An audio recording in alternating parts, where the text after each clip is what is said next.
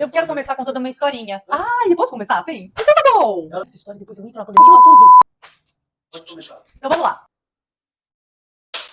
Olá, seja muito bem-vinda, muito bem-vindo a mais um Café com a Nath. Opa! Bom, do que a gente vai falar hoje? Hoje o tema é, assim, super importante, que é a confiança. A confiança é aquele negócio meio invisível ali, que às vezes a gente não vê, mas ela tá lá. E ela é fundamental para a liderança, para a gente conduzir os times. Quando a gente pensa assim, num período pós-pandêmico, a gente tem que pensar o que a gente não pode errar para ter a confiança das pessoas. Então vem comigo que hoje eu vou te ensinar sobre os 4 erros que você não pode cometer quando a gente fala sobre confiança. Mas antes disso, curte aqui, vem comigo, ativa o sininho, compartilha, recomenda os seus temas, aquilo que você quer falar. Muito bem, se inscreva no meu canal. Sem se inscrever, você não sabe de nada, não sabe as conexões, então se inscreva. Sem essa chave, não vai acessar o tesouro do conteúdo. Muito bem, então depois da vinheta, bora lá!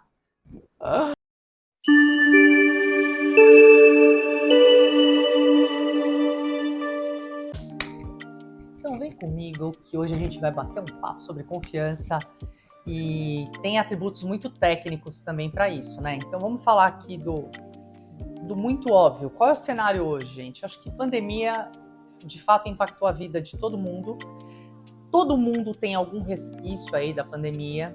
E quando a gente já olhava a confiança e a importância que ela tinha antes, hoje eu diria assim, que ela pode triplicar o cuidado com ela, porque a gente se afastou fisicamente, certo? E eu vou falar mais sobre isso, eu vou falar 10 vezes sobre isso. Confiança tem muito a ver com interações. Pega essa. Então vem comigo. Segurou a primeiro grande bizu aqui do quadro. É isso. Eu quero começar contando uma historinha minha. Então, é uma historinha que eu vivi ali faz um tempo, foi antes da pandemia, tá? Eu estava em sala de aula com uma turma de líderes, de executivos, e eu fiz a seguinte perguntinha para eles.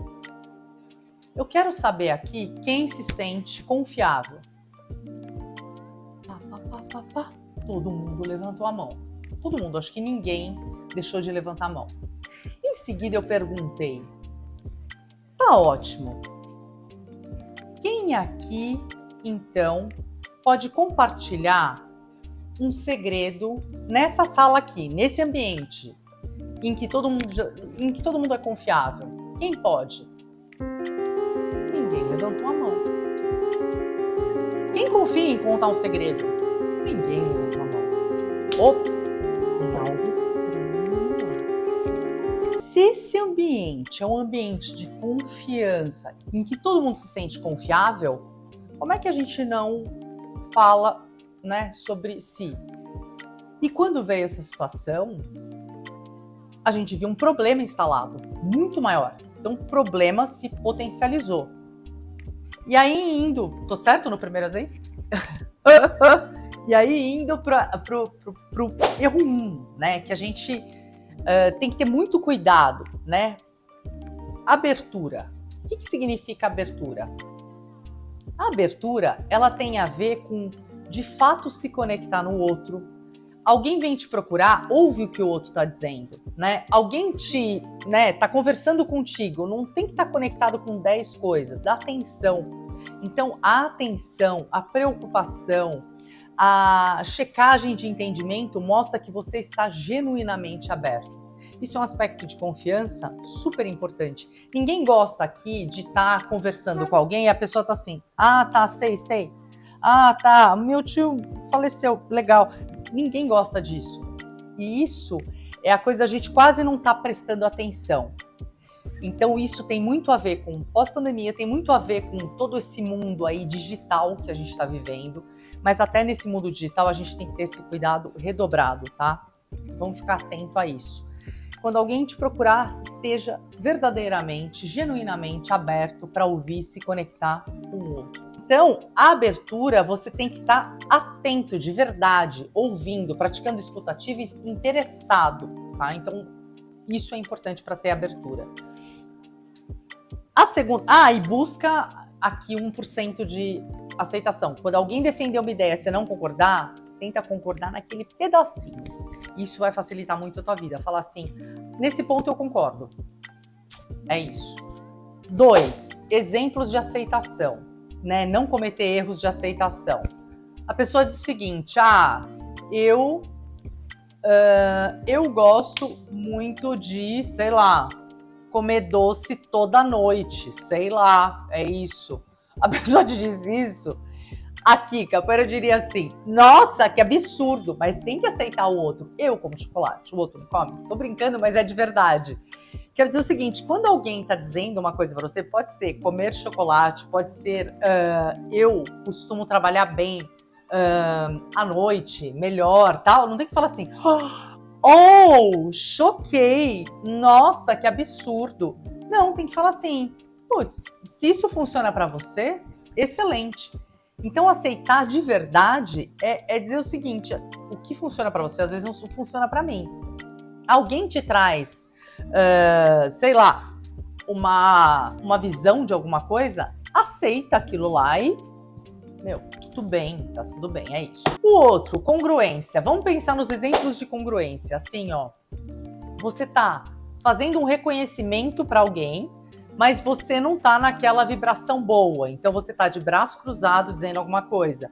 Ou você tá dizendo uma notícia super difícil sorrindo, ou dizendo assim, gente, a gente vai precisar resolver isso. Gente, não faz sentido.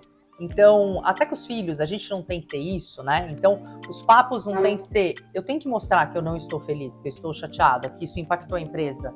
Isso não é uma coisa bicuda. Isso é ser de verdade, né, gente? Então, isso é ser congruente. Congruente, pensa o seguinte, não adianta você estar pensando aqui alguma coisa, e tá falando, é verdade. A pessoa vai estar vendo. Então, dependendo de como você responde, as pessoas estão fazendo leitura sobre você. E o que vai acontecer? Não vai confiar. Então, lembra do alinhamento. Aquilo que você está falando, você está sentindo, tem que representar aí tua fala, tá? Não adianta falar, eu amo e tô desanimadinha. Não, não vai combinar, vai ficar esquisitíssimo.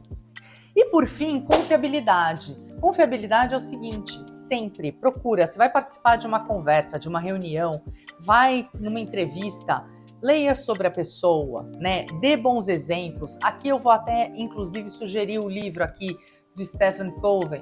Isso é super legal, Velocidade da Confiança. Gente, confiança, ela tem a ver com velocidade e performance.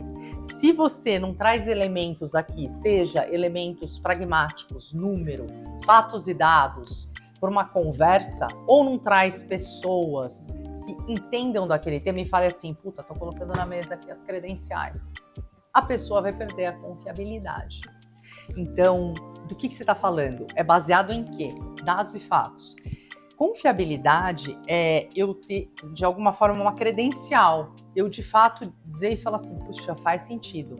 Ou baseado na minha experiência, no meu know-how, na minha... talvez até no meu reconhecimento das pessoas, né, publicamente ou não, né, se eu tenho uma pessoa que é best-seller, eu tenho alguém que é uma referência em algum tópico, um especialista trazendo o tema e defendendo, no mínimo você olha e fala, é confiável isso que a pessoa está trazendo. Agora, se a pessoa promete uma coisa e não cumpre, é confiável? Você que tem filho pequeno, eu com as minhas gêmeas pulando, então vamos mais tarde no parquinho. Chega mais tarde, não vou no parquinho, eu vou fazer uma outra coisa, lembrei que eu tenho que ir na costureira, sei lá, o que vai acontecer? Da próxima vez que eu prometer e não cumprir, né, ou até falar, não, eu vou cumprir, a primeira coisa vai vir. Não é verdade, mamãe mente, mamãe não fala a verdade. Então, sendo muito realista, a gente tem que estar atento em como é que a gente cria um ambiente de confiança sem precisar assim, seremos todos amigos e vamos passear. Não precisa, tá tudo certo se for amigo. Mas confiança é muito mais do que isso. Vamos fazer a coisa acontecer e praticar, porque aí eu acho que a gente faz a diferença nesse tema de confiança. E muito bem, mais alguma coisa que a gente precisa trazer? Esquema? E aí a dica final da Nath, essa é a dica blaster, vamos, pega essa. Essa é a matadora. Tem a ver com erro. Por quê? No fundo, as pessoas não confiam e erram e melecam a história toda porque elas não querem errar, elas querem fazer a coisa certa, certo? Você não quer ver seu filho ver que você é mentiroso, o outro você fala, promete, o outro tá sacando que você não tá falando verdade. Você não quer, você quer acertar, beleza? Tudo bem. Então, vamos desmistificar uma coisa, que aprender não é errar. Aprender é acertar. Olha essa sacada aqui, olha essa sacada. Se aprender a acertar, obviamente eu vou errar, aí na hora que eu aprendo, quando que você domina um negócio? Que você fala assim, eu aprendi, eu conheço, eu domino, deixa comigo, eu resolvo. Quando você acertou. Se você tá errando, você ainda não aprendeu, percebe? Então é uma perspectiva. A perspectiva mais, assim, que faz sentido, eu sei que é polêmico, mas você aprende de verdade quando você acerta. E ninguém quer errar. Então essa é a verdade. Então errar é uma alavanca, sim, que ela mexe para cima e para baixo com o aspecto da confiança. Pega essa é importante. E tem tantas outras coisas. Então, assim, tudo isso tem a ver também com a intensidade e com a frequência das interações. E eu quero concluir esse café dizendo o seguinte: isso tudo tem muito a ver com a nossa desconexão de interações, ou com interações que a gente ainda está aprendendo muito em como fazer. Então, se a gente melhorar a frequência, a intensidade dessas interações, a gente vai criar um ambiente mais confiável. Muito bem, então compartilha, curte o meu canal, ativa o sininho e por último e não mais importante, que esse é o primeiro e esse é o que precisa ficar top of mind para você, se inscreva aqui, porque aí você vai conseguir ter acesso a essa coisa toda que é construída para você dentro da nossa escola de liderança. Valeu, até a próxima quarta-feira e é isso aí.